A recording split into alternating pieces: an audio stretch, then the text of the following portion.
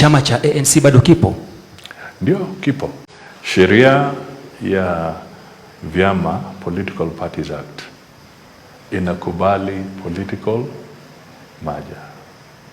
Na mimi sioni kwamba kuna makosa kuwa na merger.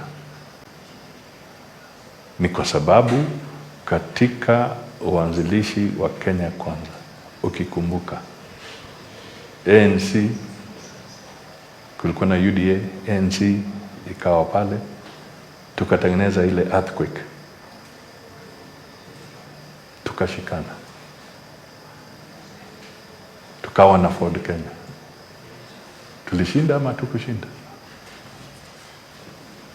Si tulishinda? Kwa hivyo unity is strength,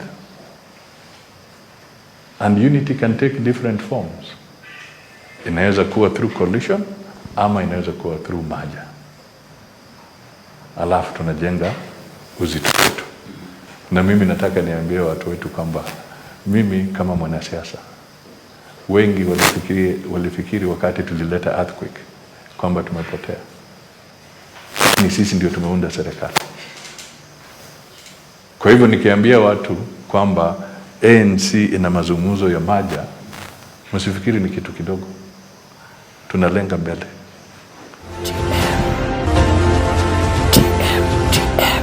Kwale, Mombasa, Kilifi, Nakuru, Eldoret, Kakamega, Kisumu, Naivasha. Tunatazama TMTV Media House.